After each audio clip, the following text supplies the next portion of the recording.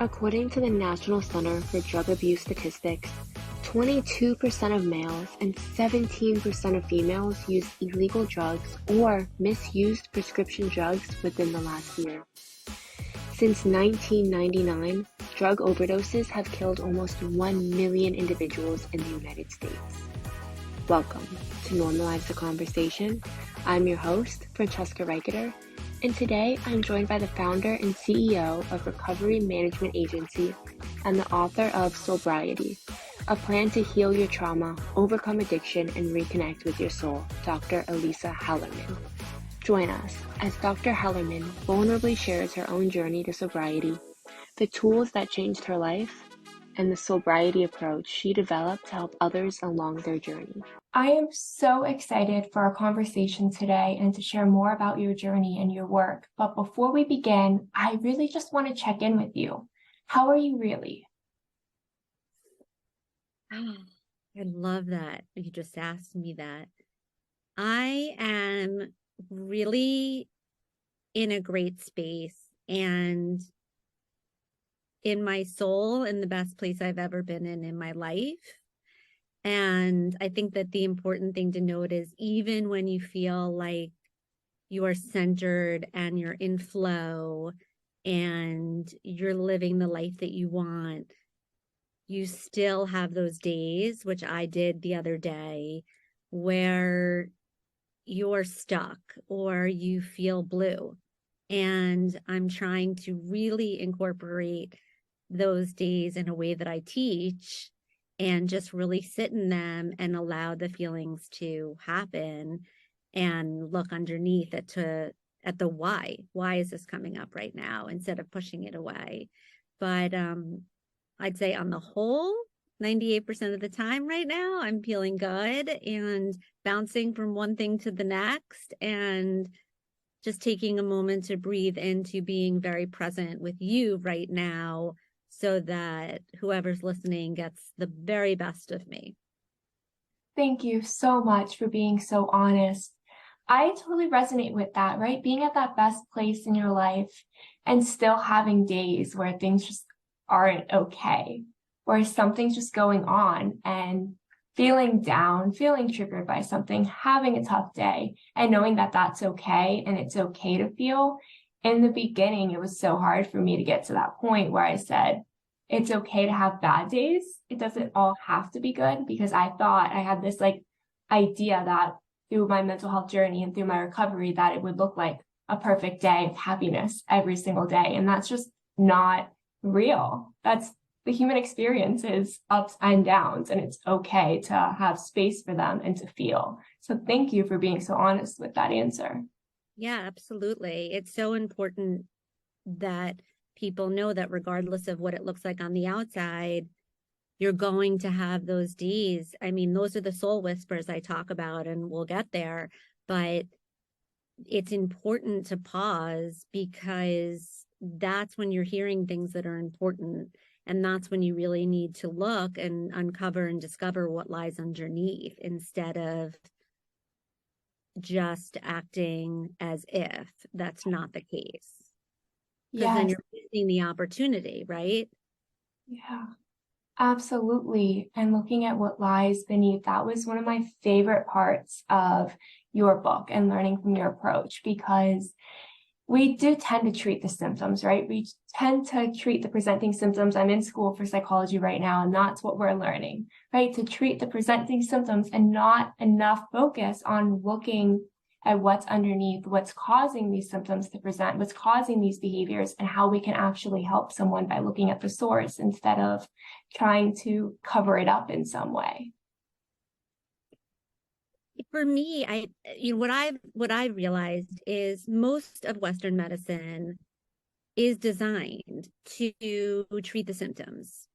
And I was always really interested in integrative medicine, which when I studied was really about looking at the core issues.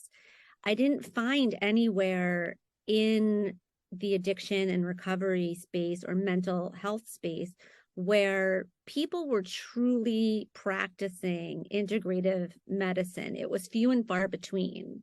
And it is more, it's definitely more accessible now, but you really also have to practice that on your own.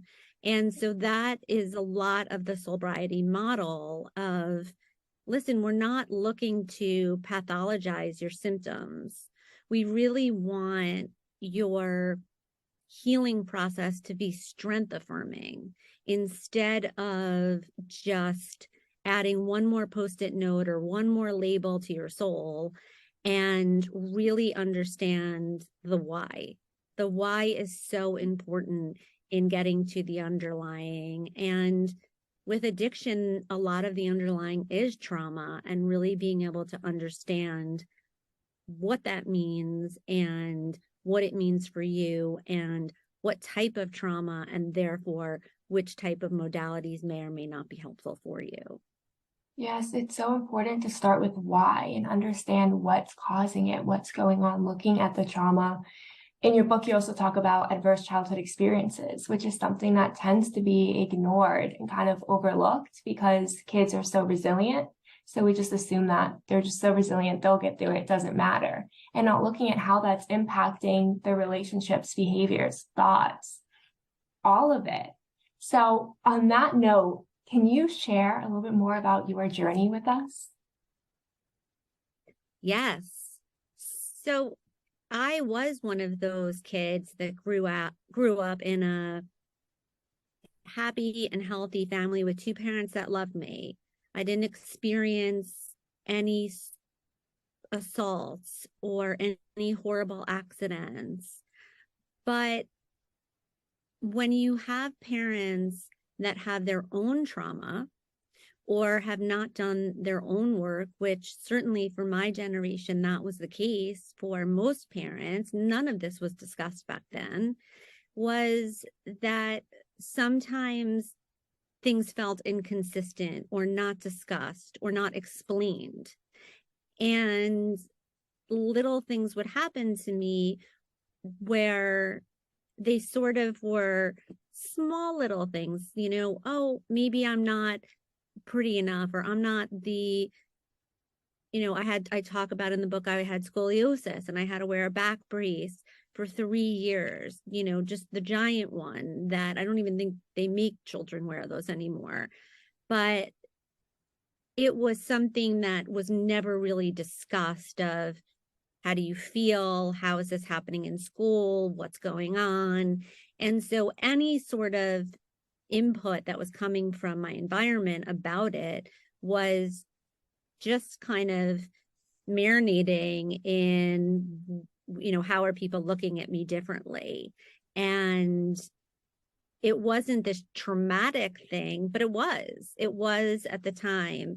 And then when my mom started suffering from, symptoms of addiction, and we didn't really know what that was very scary. That was inconsistent. Going through a rupture with a parent or a caregiver at that age is something that really creates an attachment disorder, if you will.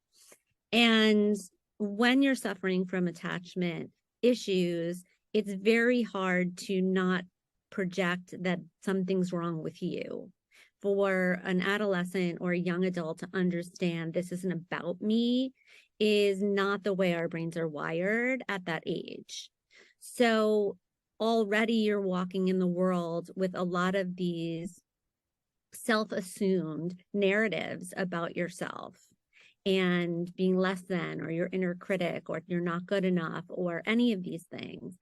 And so for me, by the time I was ready to go away to school, to college, and just kind of leave all of that behind, I was really excited and found alcohol as something that was just made me feel better instantly. From the first time I had a drink, I hated the taste of alcohol. I never liked it, but I loved being drunk. I didn't just like being buzzed. I only wanted to be drunk. I only wanted to be someone else that I became once I was intoxicated. And that person to me felt funnier and prettier and was able to have more energy and all of these things and was very dramatic. But after years and years of that, she became manipulative and sad and dark and really disconnected from who she was, and others.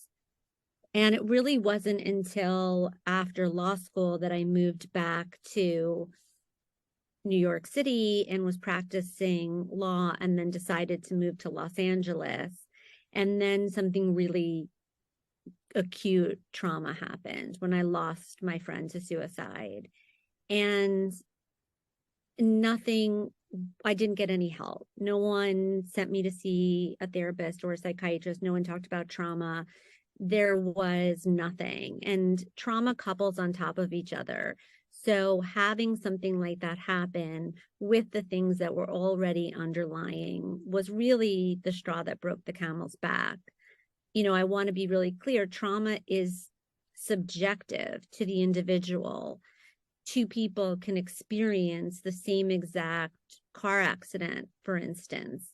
And in fact, there was a study done in Canada with one of the biggest freeway accidents with multiple tragedies.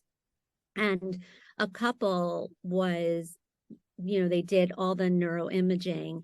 And what they found was that the reason they acted so different right when the accident happened in the car, when one was able to flee and one was frozen, and then subsequently how one was able to recover because they had an internal resilience that the other spouse did not have because of their other underlying trauma.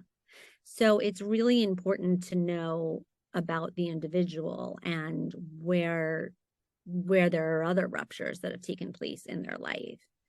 And that led me to drugs and another 8 years of drug use while I was working in the entertainment industry until I got sober in 2002, 20 plus years ago. And then it wasn't until I was about 5 years sober that I was at that crossroads of I'd really tunneled all of my addiction into workaholism, into other addictions. And even though I wasn't using drugs or alcohol, I hadn't really looked at what lied underneath. And that's what led me eventually to decide to go back to school, to decide to be curious about what else there was, to learn more, which eventually led me to retire from the entertainment industry and go into the mental health and study depth psychology and addiction medicine and so on. Thank you so much for sharing. Your journey is incredible. When I read your book, for anyone listening, by the way, you have to get this book. It was amazing to see the way you kept going and discovered different pieces of yourself along the way. With the personification, first of all, was one of my favorite things that you did. Separating, like you said, you felt like this different person, like prettier, smarter, funnier, all around better. And you named her Trixie. And being able to see how you found these different pieces of yourself and kind of made peace with yourself in the midst of all of it and all these different pieces. Can you talk more about personification and how that was able to help you? Yeah, so personification comes from archetypal psychology. And archetypal psychology is rooted around the discovery of the soul. And essentially and that's James Hillman founded that. And essentially it's about looking at these parts of ourselves, which at the end of the day are archetypes. And there's a lot of different therapies that work with archetypes and parts work. IFS is a great one that really looks at a internal family system, which is using archetypes like the inner critic and the firefighter and all of these things that people can relate to. And personification is different because it takes that sort of two-dimensional archetype, if you will, and makes it into your own unique other persona, and allows you to then have dialogue with that persona, and also to be able to continue to learn and grow from that persona. That in-depth psychology, there's a belief in the unconscious, and the unconscious is made up of two things: the personal unconscious, which is where anything that didn't make it into our conscious awareness is stored, but also where our complexes lie. My addiction was a complex of mine, right? Then there's the collective unconscious, which is where the home of the archetypes are, which is why across cultures and religions, people can resonate with archetypes. It's why, you know, and Joseph Campbell talks about it in his book, The Hero's Journey, and sort of, you know, one of the great mythologists of our time went and looked at all the great myths and was able to say there's a hero's journey that goes throughout each and every one of them. So much so that then Hollywood came calling and said, well, we need to put these in the characters of our movies. And George Lucas was the first one to sort of work with him in Star Wars, which obviously went on to be one of the biggest movies of all time, and creating the characters because they were archetypal. So that's what personification is. I was able to take my disease and I named her Trixie very early on in my recovery. And I knew she was separate and distinct from Elisa. What I didn't know how to do was really engage with her in a positive way and also learn from her and allow her to grow and mature.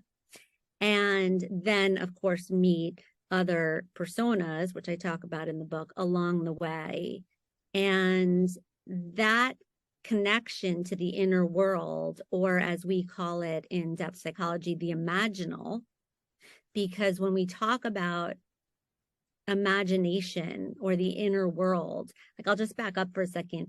When people would say to me in the early days of my recovery, you just need to do the inner work, I was like, well, how do you get in to do the inner work? Like, where's the door? Where's the instructions? What does that mean? Like, I could not visualize the inner work. I was like, the organs, like, what inner work? And learning about the imaginal, which is coined from Henry Corbin, the great philosopher, he was like, listen, imagination feels childlike. It feels make-believe, and it is.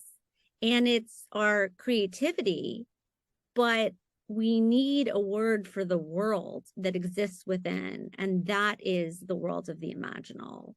And so for me, a very visual and creative person, all of depth psychology spoke to me on such a deep level.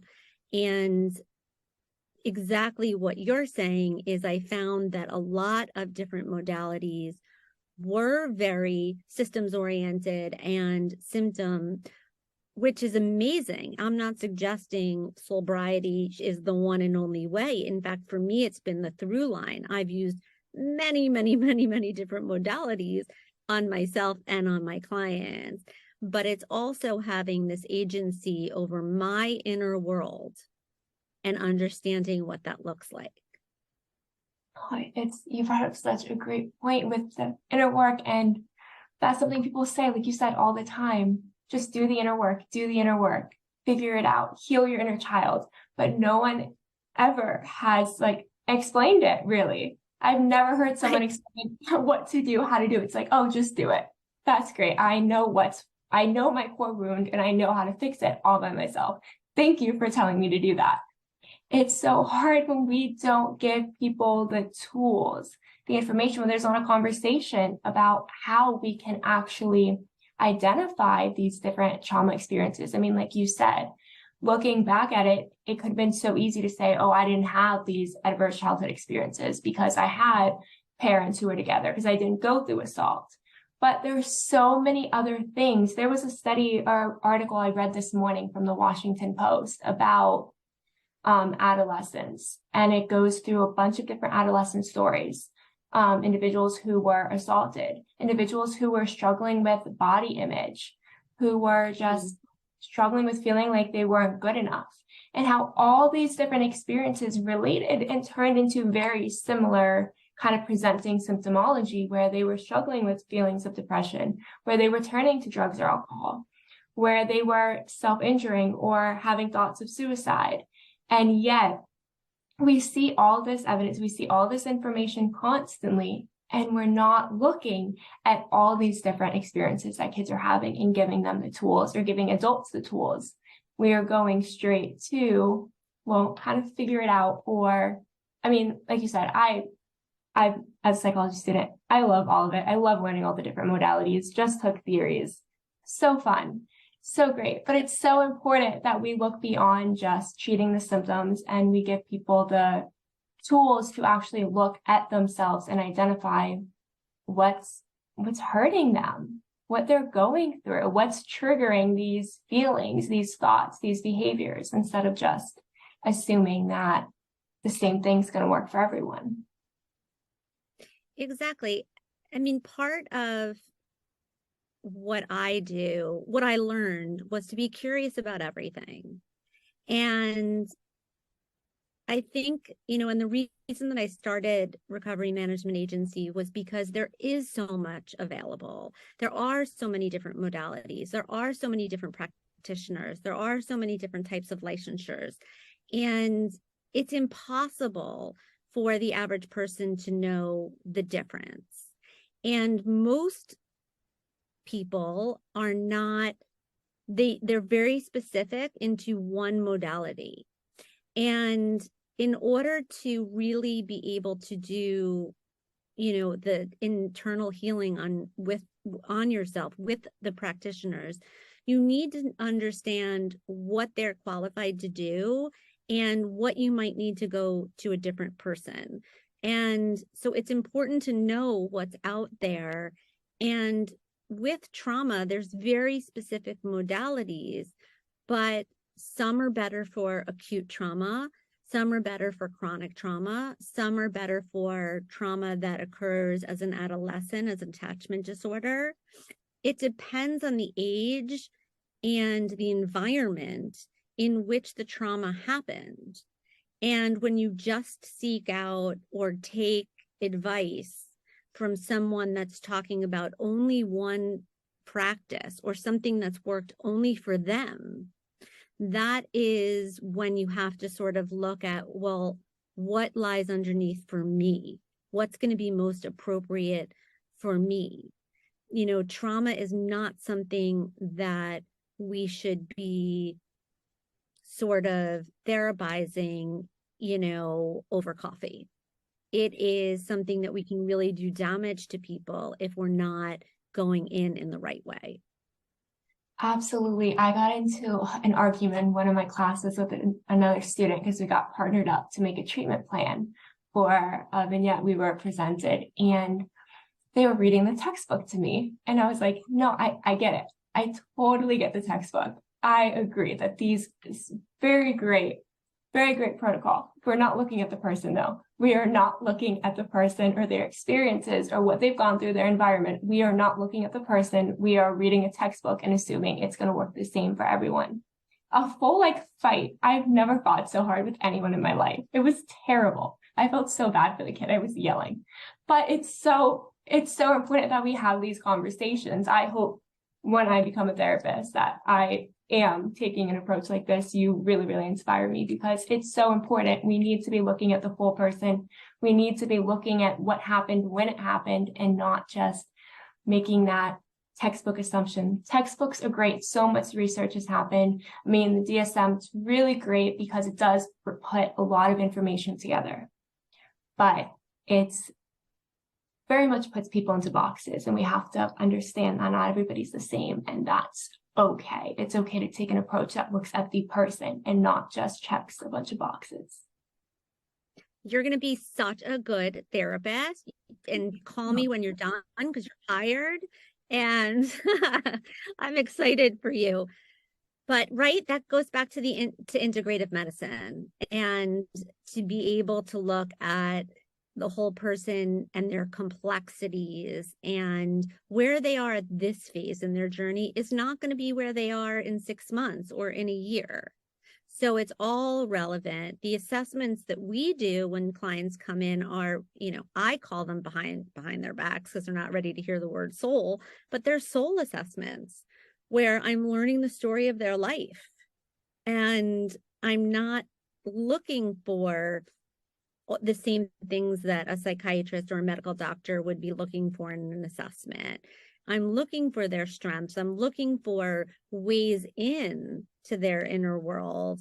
And I'm looking for how they learn, how they process, how they understand what lights them up, as well as the ruptures along the way.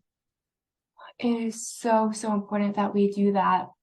I really want to go back into your journey though, because you said, you talked about how it took a while from when you identified kind of the addiction, you identified Trixie, and then you actually were able to have these conversations with her and understand her and be able to work. When was that turning point where you realized that you needed to start connecting and healing from the inside?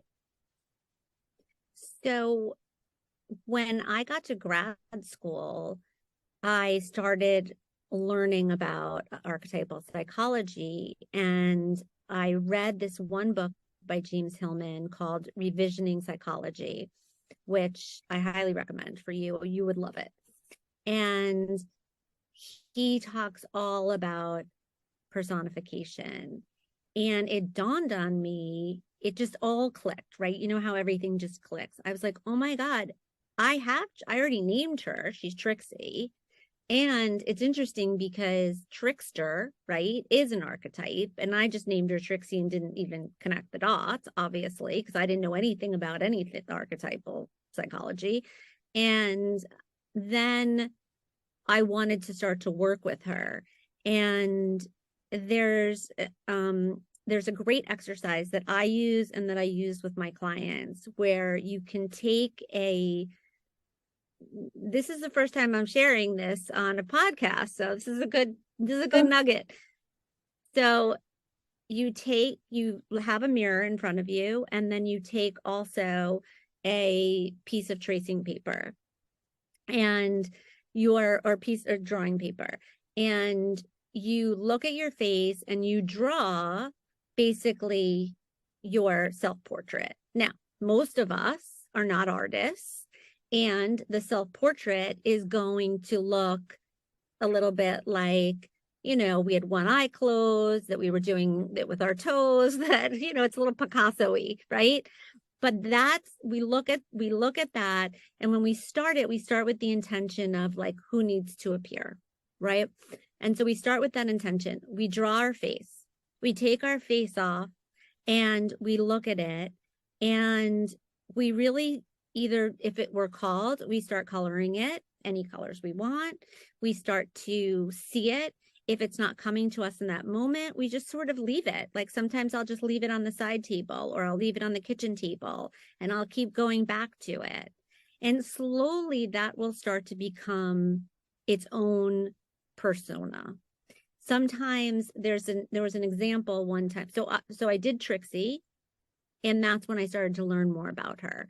And the more I did it, the more she sort of changed her appearance from the Trixie in 2002 and the Trixie today, 20 years later, and what she looks like.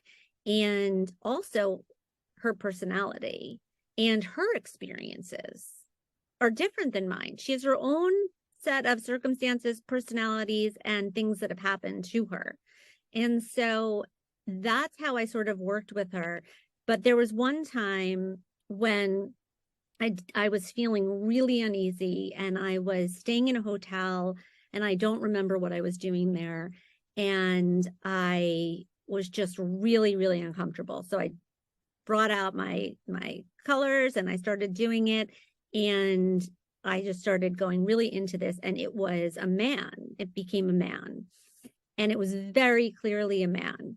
And I was looking at it and meditating on it. And I just was like, what? And the other thing about doing personification is we're not trying to interpret what we think it means. We're literally asking them what they want to say. And so what came up for me was, this is your masculine, and you don't need to carry it all of the time. You know, people want to see that more feminine side of you. Coming from Hollywood, I had a very masculine side that I slowly had to shed and use appropriately, but also be able to be vulnerable and myself. So that day was really me being able to shed a piece of the masculine that wasn't serving me anymore. And I left it in the hotel room.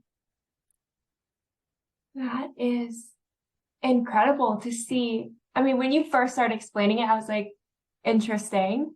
But to see how you can really kind of bring it out and give yourself a chance to listen to yourself, or listen to that piece of yourself and give them a voice, give them a space to exist and not just feel shame by them. I know if I look back at certain pieces of my journey, there's definitely aspects of me that took so long to not just feel shame from, and instead give them that piece of me, that piece that felt so broken and alone and weren't making the right choices, a space to exist and understand why, and have compassion and let it go, instead of keeping it as a piece of shame and like a hidden secret that I had to hold for so long. And that's not something that I've ever heard talked about in the way that you did. That was really interesting.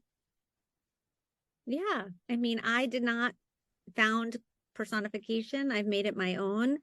But big thanks to James Hillman, who was one of the premier depth psychologists who really looked outside the box, who came up with other ways of looking at the inner world and coming at it from a very creative place. Amazing. So moving on and going back into addiction, one thing that you also mentioned in your book that I found very, very interesting was knowing when it's time to reach out for help, or knowing when it's time. You put it into 2 steps. The first, I believe, was questioning whether it's time. And then the second was actually just knowing that in your soul, in your heart, that this is the time. Can you explain that more? Sure. So a lot of times when someone's struggling with something or they want to talk it through, they'll start a sentence with, I think I should do this, or I think I'm ready to go home from treatment, or I think I might be, drinking too much. Whatever that is the start of contemplation in our mind. But if we take a moment to really tap into soul, to our heart, to our intuition, whatever you want to refer to it as, and really pause and close our eyes, put your hand on your heart or in your center, and take a deep breath in and ask the question again, you're likely to come up with how you actually feel and what your inner knowing and your truth is. A lot of times we're not ready to hear that, and that's okay. And you might hear, well, you're really sick and it's time to go to treatment. And you might still try to ignore it, which is okay. We do that. But checking in there when you're in, I think, contemplation is going to be a place where you're going to get a more accurate idea of what you know to be true. Yes, absolutely. I know for me, bringing it back with my own journey, my own treatment and recovery, looking at how many times I was like, well, I think I need to go to therapy. I think I need help. I think I need this. Everyone's saying I need this, but not being at a place where I actually believe it. So not really following through with it, right? Or like being there, but not being present, and then telling myself, well, see, it doesn't work. It doesn't work. Right. When it's not that it didn't work, it's that I didn't genuinely feel that it was time that I really needed to be there. And I was turning it into an excuse for why it doesn't work and why I'm fine, instead of being able to get the help that I needed. And it took so much longer than I wish it did, of trying different therapy, of trying different things, to learn that I needed to be open to it myself and ready before I could just say, or before I could really start and move forward. Yeah, we tend to really listen to what's up here in our heads, which is an extremely complex system. Your body, however, will never lie about how you feel. And we tend to ignore 90% of our bodies, right, from the neck down. But if you tap into it, if you do a body scan, if you take a moment to, what you're looking for is a knowing. And maybe if someone had asked you, well, what do you know to be true? Like, let's look at that. It would have arisen for you sooner.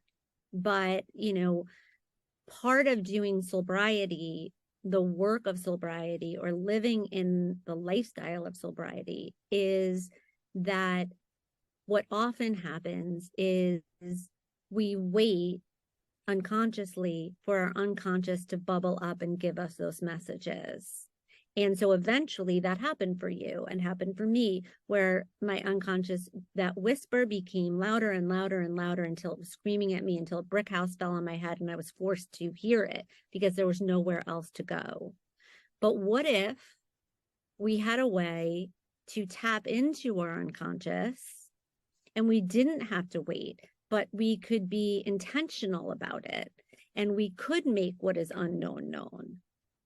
And that's the practice of sobriety. And that is so needed and so important, because if we can actually, if I could have tapped into my unconscious and just understood myself just a tiny bit better, it would have been so much easier. It would have been so much easier. I didn't think about the word unconscious when I was, getting high. Who unconscious? That wasn't a word. That was unconscious, like unconscious, passed out, blackout. That's how unconscious resonated with me back then. You don't know till you know. So I'm just trying to get language out there that people haven't really heard, and being able to write. I mean, Brene Brown, right, one of the geniuses of our time, especially her last book really resonated with me because she talks so much about words and language. And if you can't name the feeling, you can't express it. And so understanding what words mean is the first step in being able to have an emotion, have a feeling, understand it. And so I thought that book was so brilliant. And simultaneously, that's when I was writing. And so that was why I was writing it. I wanted Soulbriety to be a book where people started to understand the language of soul and really have new words to describe feelings. Dr. Elisa Hallerman, you are absolutely incredible. Your book is incredible. When I say it's one, I love to read. I went through a period of time, about 6 months, where I read a minimum of 1 book a day. I love to read, have read hundreds and hundreds of books. And this is by far one of my very favorite books. Thank you so much for joining me today and for the work that you're doing. As we're wrapping up, is there one piece of advice or wisdom you would like to share with our audience? Healing is possible for absolutely everybody. If you haven't been able to heal yet, you haven't found the right team around you to help you with that. If you're looking to heal, keep going, keep asking questions, be curious, get help. It is possible for everybody.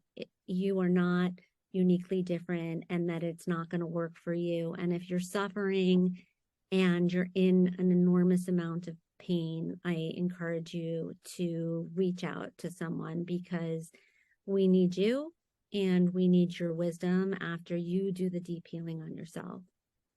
Healing is possible. Thank you so much.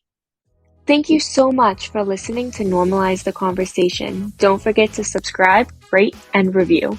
This podcast is an initiative of Inspiring My Generation, focusing on normalizing the conversation, bringing education and awareness to the forefront, and amplifying global voices to spark change and hope.